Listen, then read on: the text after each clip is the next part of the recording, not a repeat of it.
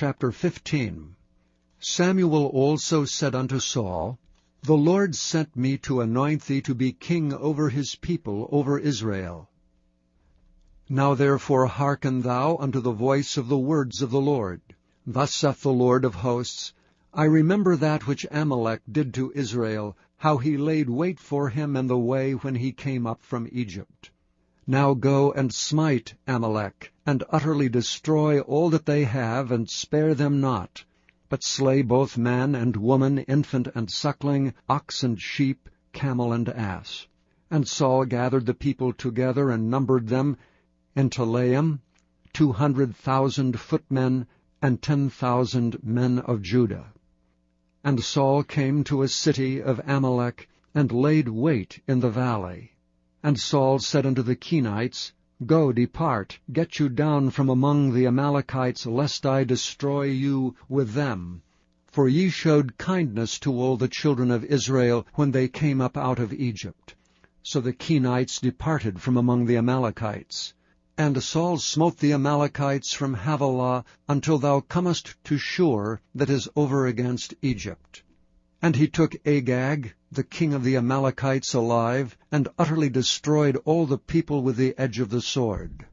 But Saul and the people spared Agag, and the best of the sheep, and of the oxen, and of the fatlings, and the lambs, and all that was good, and would not utterly destroy them. But everything that was vile and refuse, that they destroyed utterly. Then came the word of the Lord unto Samuel, saying, It repenteth me that I have set up Saul to be king, for he is turned back from following me, and hath not performed my commandments. And it grieved Samuel, and he cried unto the Lord all night.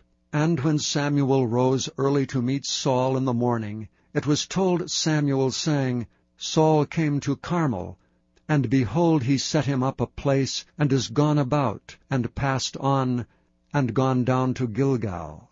And Samuel came to Saul, and Saul said unto him, Blessed be thou of the Lord, I have performed the commandment of the Lord. And Samuel said, What meaneth then this bleating of the sheep in mine ears, and the lowing of the oxen which I hear? And Saul said, They have brought them from the Amalekites, for the people spared the best of the sheep and the oxen to sacrifice unto the Lord thy God, and the rest we have utterly destroyed. Then Samuel said unto Saul, Stay, and I will tell thee what the Lord hath said to me this night. And he said unto him, Say on.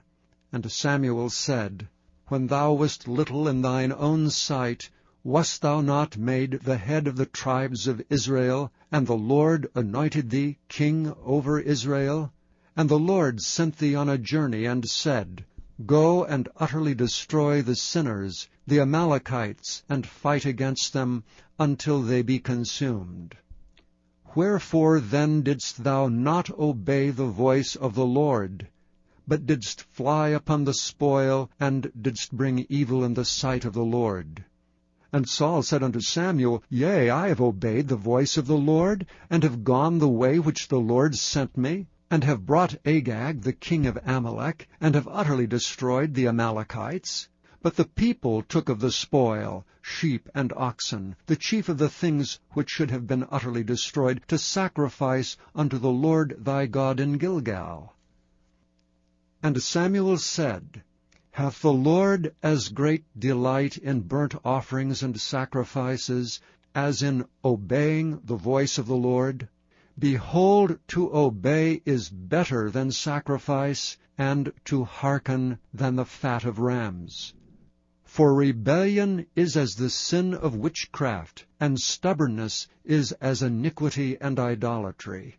Because thou hast rejected the word of the Lord, he hath also rejected thee from being king.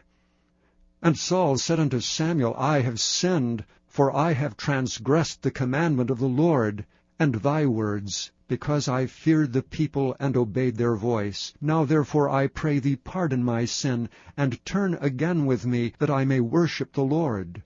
And Samuel said unto Saul, I will not return with thee, for thou hast rejected the word of the Lord. and the Lord hath rejected thee from being king over Israel. And as Samuel turned about to go away, he laid hold upon the skirt of his mantle, and it rent. And Samuel said unto him, The Lord hath rent the kingdom of Israel from thee this day, and hath given it to a neighbor of thine that is better than thou. And also the strength of Israel will not lie nor repent, for he is not a man that he should repent.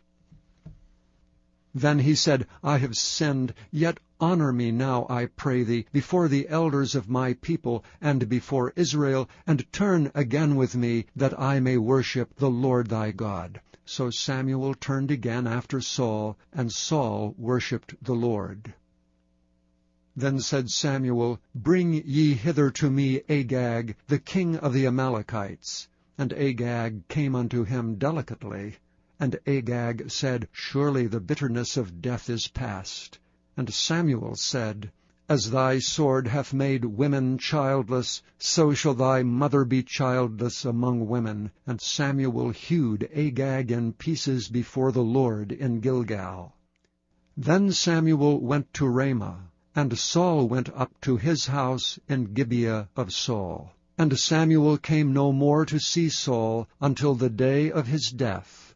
Nevertheless Samuel mourned for Saul, and the Lord repented that he had made Saul king over Israel.